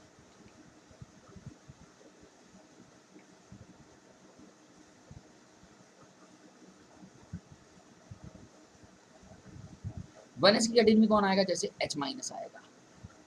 H माइनस किस फॉर्म में तुम्हें मिलेगा? NaH फॉर्म में मिल सकता है, KH फॉर्म में मिल सकता है, SH फॉर्म में मिल सकता है, तो बहुत सारे फॉर्म है इसके। ओके ओके, इस फॉर्म में मिलेगा तो ये आपको H माइनस में मिलेगा। जब भी ऐसी कंडीशन आएगी तो ये हमारे तगड़े तगड़े क्या है, हमारे बेस है। लेकिन अगर आप 2p की कैटेगरी में आओगे तो उसके अंदर थोड़ी चांसेस बढ़ जाती हैं। जैसे 2p की कैटेगरी में आपका R माइनस आएगा, OH माइनस आएगा, NH2 माइनस आएगा, ये सब आ जाता है, ठीक है। ओके, ये जो हमारे किस कैटेगरी में आएंगे? 2p कैटेगरी में आएंगे। ओके, इवन न्यूट्रल अमोनिया आ जाएगा, NH2 माइनस भी आ सकता है, N3 माइनस भी आ सकता है, ठीक है। ये सब हमारे किस कैटेगरी में आएंगे? 2p की कैटेगरी में आएंगे।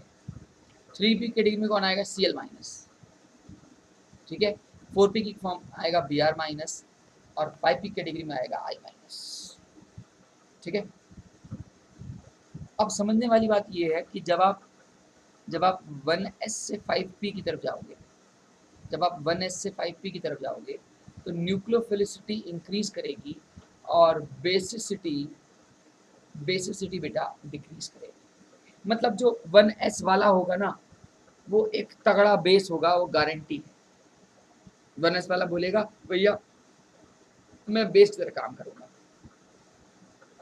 लेकिन अगर आपके पास 5p वाला मेंबर है तो वो बोलेगा भैया मैं न्यूक्लियोफाइल तरह काम करूंगा।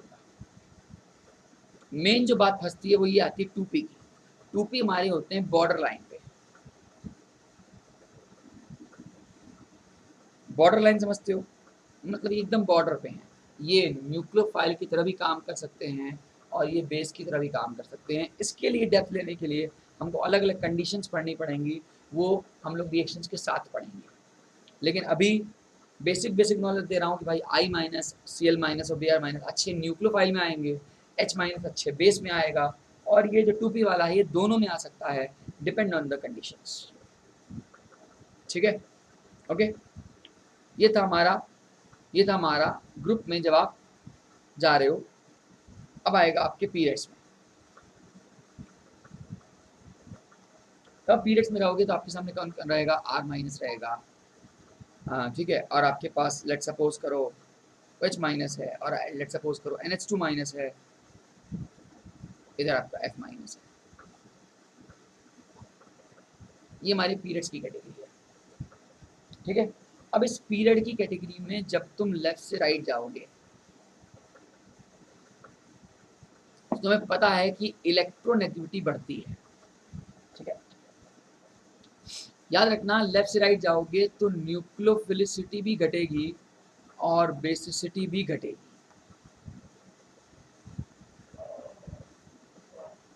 क्या बोला मैंने, लेफ्ट से राइट जाओगे तो न्यूक्लियोफिलिसिटी भी घटेगी और बेसिसिटी घटेगी। इसको समझो समझो समझो। जैसे मैंने कहा कि एक है मेरे पास CH3 माइनस, एक है मैंने कहा F माइनस।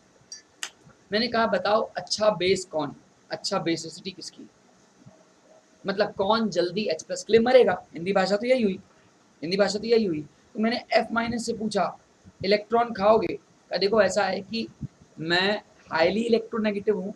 हमने कहा तो क्या हुआ, तो कहता है अगर मैं हाईली इलेक्ट्रोनेगेटिव हूँ as comparison to CH3 minus के, तो मेरे अंदर नेगेटिव चार्ज को होल्ड करने की पावर है। हमने कहा इसका क्या मतलब समझूं, तो इसका मतलब उसने कहा ये समझो कि मैं नेगेटिव चार्ज को होल्ड कर सकता हूँ, मुझे ज़रूरत नहीं है कहीं अटैक करूँ, या मुझे इतनी ज़रूरत नहीं है कि मैं H प्लस को वापस अपने पास खाऊं।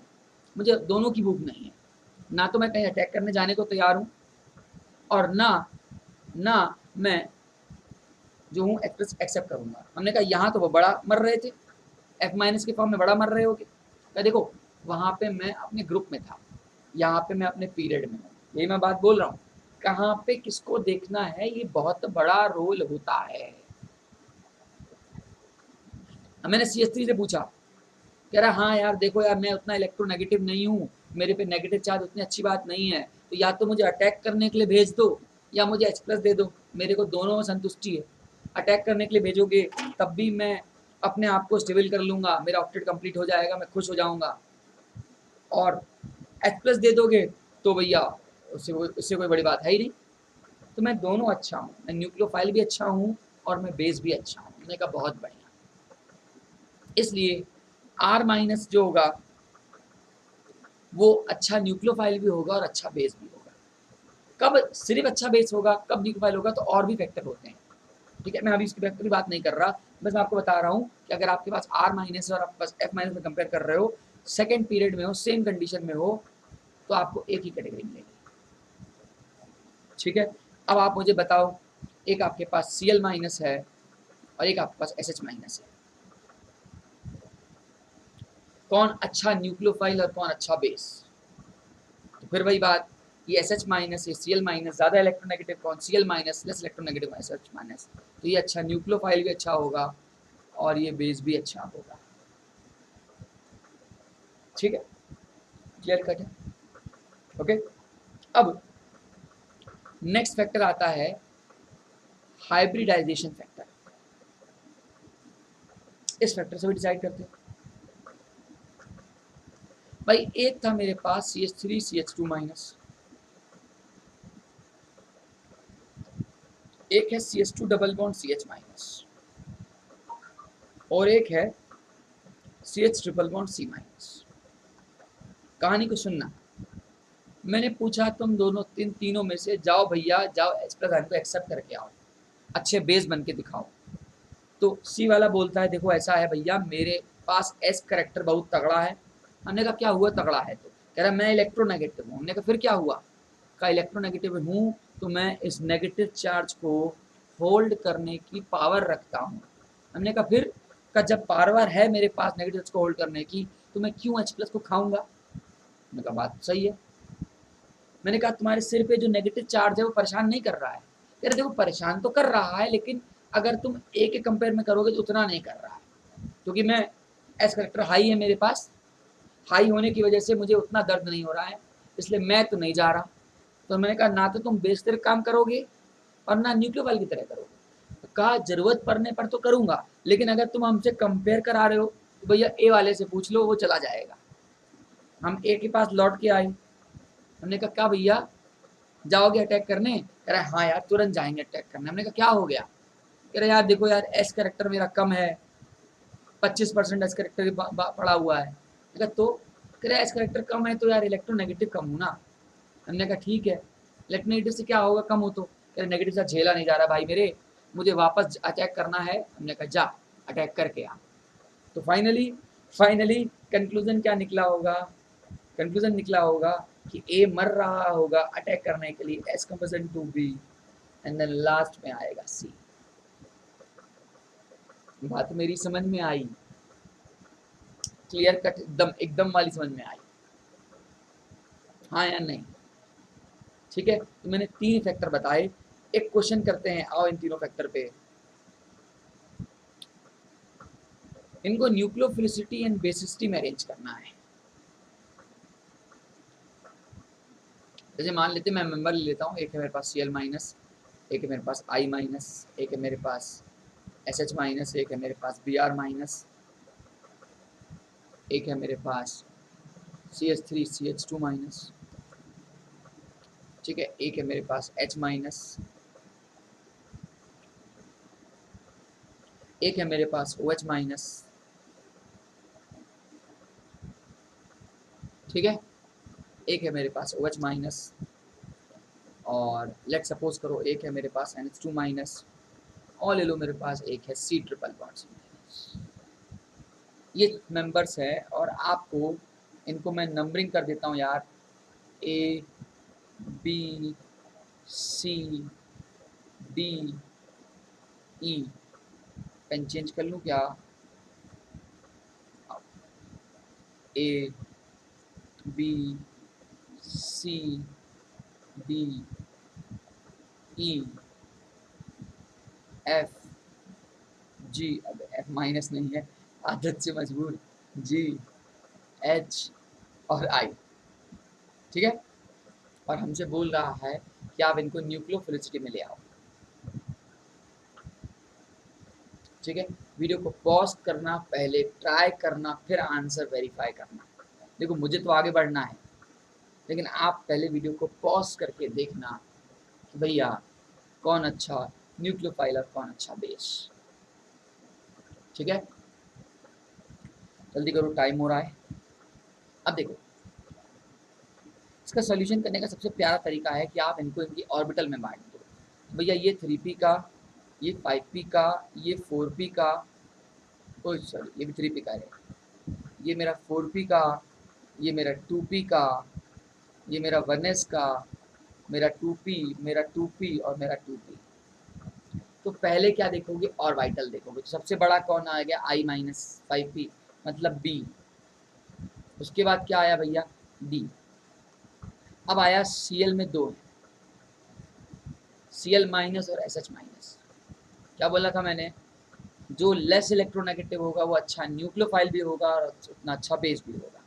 तो भैया न्यूक्लियोफाइल भी अच्छा है तो SH माइनस और फिर Cl माइनस, ठीक है। अब आ जाओ भाई, और कोई बचा क्या, हाँ अब ये 3 बचे 2p वाले, 2p 2p 2p। अब देखो जो ज़्यादा इलेक्ट्रोनेगेटिव होगा, जो ज़्यादा इलेक्ट्रोनेगेटिव होगा वो नहीं जाएगा अटैक करने, है ना। तो ज़्यादा इलेक्ट्रोनेगेटिव कौन है, OH माइनस और NH2 माइनस। और इधर CH3 माइनस, और इसमें तो भैया पहले तो मैं भेजूँ E को, ठीक है। अब थोड़ा सा पेशेंस रखना, अब I माइनस करें, मतलब I करें या H करें, ये सोचने वाली बात है। तो कभी तुमने मेरे से कैटेगरी पढ़ी होगी ऑन CnCC,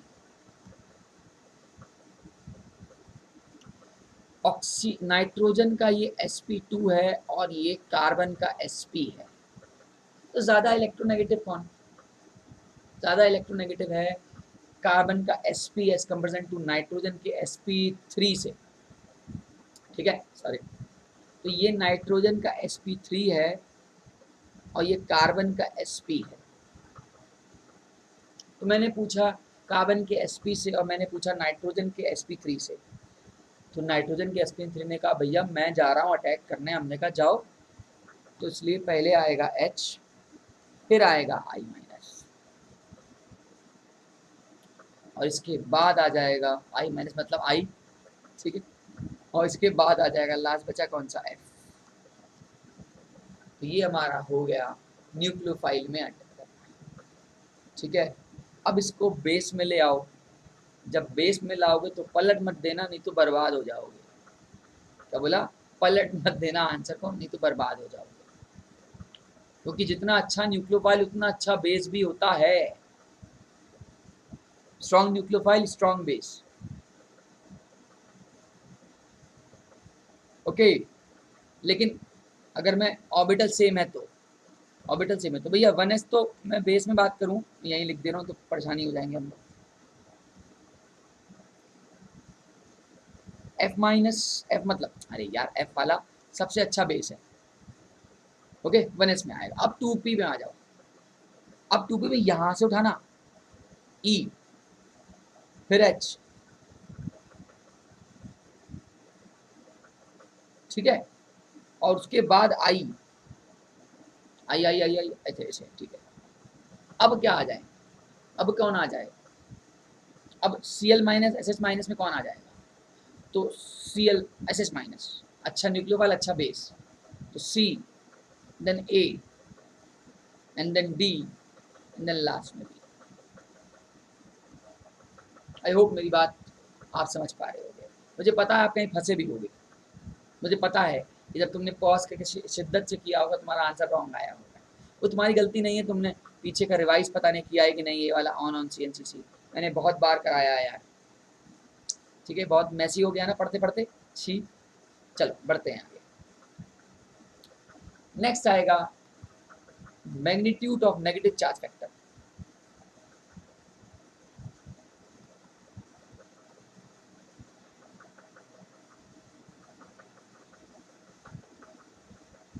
अब ये फैक्टर क्या हो रहा है? ये फैक्टर बेसिक स्ट्रेंथ पे कैसे काम करता है या न्यूक्लियोसिटी कैसे काम करता है? तो देखो, अगर मैं बात करता हूँ आर ओ माइनस की, अभी मैंने बात की भी, फिर से बात कर लेता हूँ। एक है बेंजीन पे O माइनस, एक है बेंजीन पे CO माइनस, और एक है बेंजीन पे PH लिख दे रहा हूँ यार, थक गया हूँ, SO3 माइनस। मैं तुमसे पूछूं कि अच्छा न्यूक्लियोफाइल कौन, तो तुम बोलोगे यार देखो सर ऐसा है कि अटैक करने वो जाएगा जो परेशान ज़्यादा होगा। अब मैंने बेटा पूछा PH वाले से, कहा सर काहे डिस्टर्ब कर रहे हो, हम देखो हम अपना रेजनेंस में बिजी हैं और अच्छा खासा रेजनेंस में बिजी हैं। हमने कहा तो क्या हुआ, अटैक करने नहीं जाओगे? कहा नहीं सर मैं अपना रेजनेंस करूँगा, अपने घर पे ही खुश हूँ, क्यों बाहर अटैक करने जाऊँ। लेकिन मैंने इधर RO माइनस से पूछा अटैक करने जाओगे? कहता है हाँ सर, मेरे पे नेगेटिव चार्ज बहुत ज़्यादा है, मैग्नीट्यूड ऑफ नेगेटिव चार्ज झेला नहीं जा रहा है, मैं जाके कहीं अटैक करके चलाऊँ ज़्यादा अच्छा है। तो फिर उस केस में ये आंसर कुछ ऐसे आ जाएगा, मतलब जिसका ज़्यादा रेजोनेंस हो रहा होगा ना, वो उतना पुअर न्यूक्लियोफाइल, अटैक नहीं करने जा रहा है। ठीक है, ओके। यूँ कहूँ कि जो मैग्नीट्यूड ऑफ नेगेटिव चार्ज इतना ज़्यादा होगा उसकी न्यूक्लियोफिलिसिटी हाई होगी। देख रहे हो, जहाँ रेजोनेंस होता है वहाँ नेगेटिव चार्ज जो हो जाता है वो डीलोकलाइज हो जाता है, इसलिए इलेक्ट्रॉन चार्ज घट जाते हैं। ठीक है, लेकिन तुम्हारी और मेरी भाषा में सिंपल समझो भैया, मेरे नखरे बहुत ज़्यादा हैं, मैं अटैक करने नहीं जाने वाला, और मैं अटैक करने जब नहीं जाऊंगा तो मैं अच्छा न्यूक्लियोफाइल नहीं हूँ। ठीक है, नेक्स्ट फैक्टर आता है स्टेरिक फैक्टर।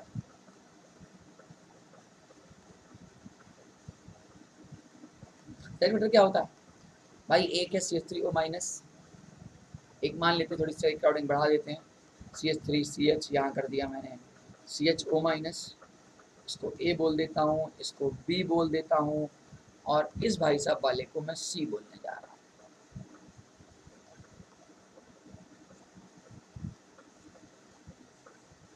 अब होता क्या है, जितना ज़्यादा स्टेरिक क्राउडिंग होगी ना, वो उतना अटैक करना मुश्किल होगा। क्या बोला मैंने? इसका आंसर ये हो जाएगा भाई ABC, that is more the steric crowding,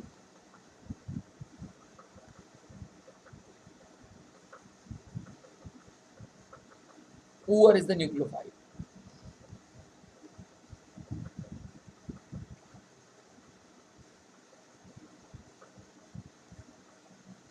मतलब कहने का क्या सेंस है पता है? कहने का सेंस है एक मैंने ये आया अटैक करने और एक ये आया अटैक करने।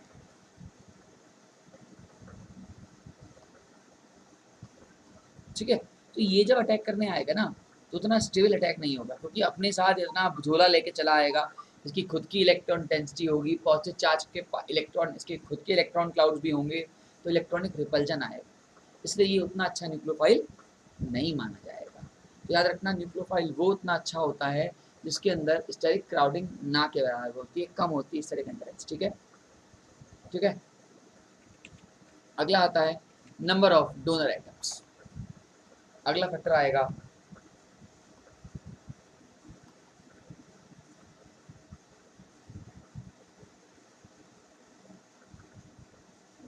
ये नंबर ऑफ डोनर आइटम्स क्या होते हैं।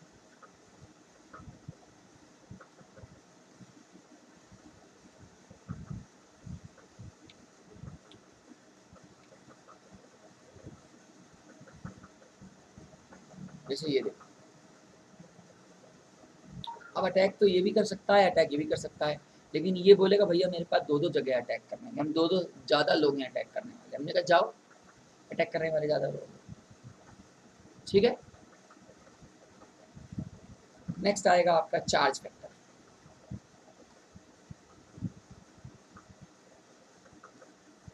क्या आएगा? Charge factor. जिसका एक मान लो OH माइनस ले लिया और एक मैंने ले लिया वाटर। अब एक न्यूट्रल और एक आयनिक, ज़्यादा किसकी आत्मा तड़प रही होगी तुम बताओ, किसकी आत्मा ज़्यादा तड़प रही होगी? तो भैया बट ऑफ आयनिक वाले की आत्मा न्यूट्रल वाले से ज़्यादा तड़प रही। ठीक है, तो ये सब बेसिक बेसिक नॉलेज याद रखना, न्यूक्लियोफिलिसिटी, बेसिसिटी, रिएजेंट, सॉल्वेंट, ठीक है, अटैक करने की कहानी, सब बात याद रखना। ठीक है, नेक्स्ट टर्न पे मैं पढ़ाऊँगा काइनेटिकली कंट्रोल्ड और थर्मोडायनेमिकली कंट्रोल्ड रिएक्शंस, इसके बारे में बात करेंगे, उनके ग्राफ के बारे में बात करेंगे, कब कैसा ग्राफ बनता है, तभी जाके आपको चैप्टर की असली कहानी समझ में आएगी। अभी तो मैंने रिएक्शन मैकेनिज्म नहीं शुरू किया, अभी तो मैंने बेसिक दिया है। ठीक है, ओके, ये सब बेसिक आपके स्ट्रांग होंगे तभी आप इन क्वेश्चंस को अटेम्प्ट कर पाओगे, आगे की कहानी समझ पाओगे। आई होप मेरी इतनी सारी बातें जो मैंने की आपसे आपको समझ में आई होंगी। Thank you very much my dear, thank you very much. आपने इतना सपोर्ट किया, इतना पेशेंसली आपने मुझे सुना। ठीक है, इस कोड को बच्चे मेरे याद रखना, माइंड में सेट कर लो इस कोड को, धीरेन के नाम से कोड है। इस कोड से आपको इंस्टेंट 10% डिस्काउंट मिल जाएगा। ठीक है, वीडियो अच्छी लगी हो तो यार एक बार लाइक ज़रूर करना। ठीक है, और हमारे चैनल को सब्सक्राइब करना मत भूलना और नोटिफिकेशन को भी दबाना मत भूलना, क्योंकि आपको नेक्स्ट वीडियो मेरी कब आएगी, कितने बजे आएगी, या हमारी पूरी टीम आपके साथ लगी हुई है। ठीक है, आई होप आपको अच्छा लगा होगा। Thank you very much guys, जय हिंद, जय भारत।